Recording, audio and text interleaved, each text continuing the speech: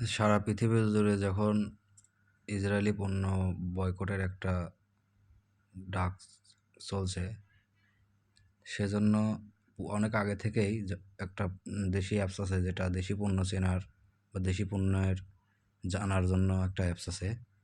অ্যাপসটার নাম হলো দেশিতো। অ্যাপসটা প্লে স্টোরে গেলেই খুব সহজেই পাওয়া যায়। প্লে স্টোরে গিয়ে দেশিতো লিখে সার্চ দিলেই হয়। আমি দেখাচ্ছি। দেশিতো লিখে সার্চ দিলে এটা প্রথমে যেটা আসবে এটা হলো, যেহেতু আমার ইনস্টল করা আছে, তাহলে আমি সরাসরি এখানে আর ইনস্টল করলাম না, আমি সরাসরি ঢুকলাম। ঢোকার পরে এখানে বিভিন্ন মানুষের বিভিন্ন মতামত, অভিযোগ, তারপরে আছে এখানে পরামর্শ। অন্যান্য অ্যাপসের মতো এই অ্যাপসটা এতটা ব্যবহার করা ইজি না। যারা নতুন তাদের জন্য খুবই ক্রিটিক্যাল। যারা দু একবার চালাইছে তারা খুব সহজে পরবর্তীতে ব্যবহার করছে।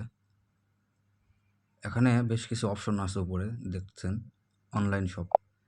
অন্যান্য অ্যাপসের মতো যে আমরা অনলাইনে যে প্রোডাক্টগুলো কিনে থাকি, ওই রকম এটা এখান থেকে অনলাইনের মতো কেনা যায়।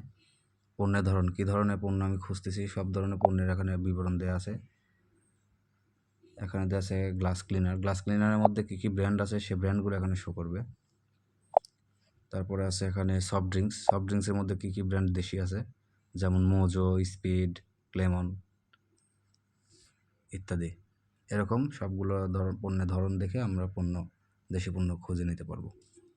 নতুন কোনো পণ্য সংযোজন হলে সে নতুন পণ্য দেখা যাবে এখানে, সেটাও পেয়ে যাব।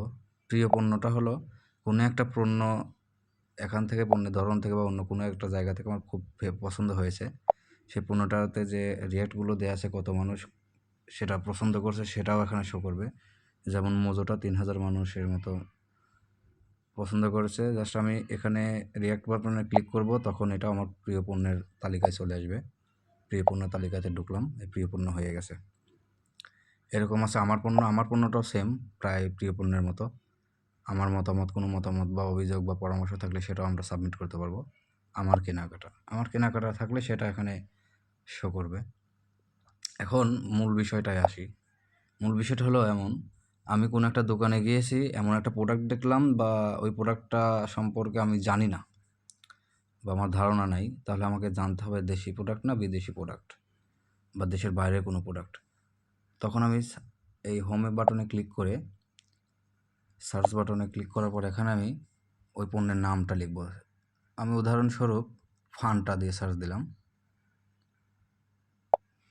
ফান্টার সাথে ওই নামের সাথে সম্পৃক্ত বা সামঞ্জস্যপূর্ণ কোনো নাম থাকলে সেই প্রোডাক্টগুলো, দেশি প্রোডাক্টগুলো চলে আসবে। যেহেতু সরাসরি ফান্টা আসেনি, তার মানে ফান্টা দেশি পণ্য না। এখন আমি বিষয়টা সহজ করার জন্য আরেকটা বার, যেমন আমি একটা দেশি পণ্য দিয়ে সার্চ দিই, যেমন পুষ্টি দিয়ে সার্চ দিলে যদি দেশি পণ্য হয়, পুষ্টির যতগুলো পণ্য আছে, যত ধরনের পণ্য সবগুলো এখানে আমাদেরকে দেখাবে। এই অ্যাপসটা এইভাবে ব্যবহার করতে হয়। আমার অ্যাপসটা, এই ভিডিওটা করার কারণ যেন জিনিসটা খুব মানুষের সাথে ভালোভাবে যায়, আমরা যেন দেশি পণ্যের প্রতি আকৃষ্ট হই, এজন্য। আর অনেকে নতুন থাকতে পারে, তাদের জন্য চালানোটা খুব কঠিন হতে পারে, তাই ভিডিওটা করা। আমাকে কেউ ভুল বুঝবেন না।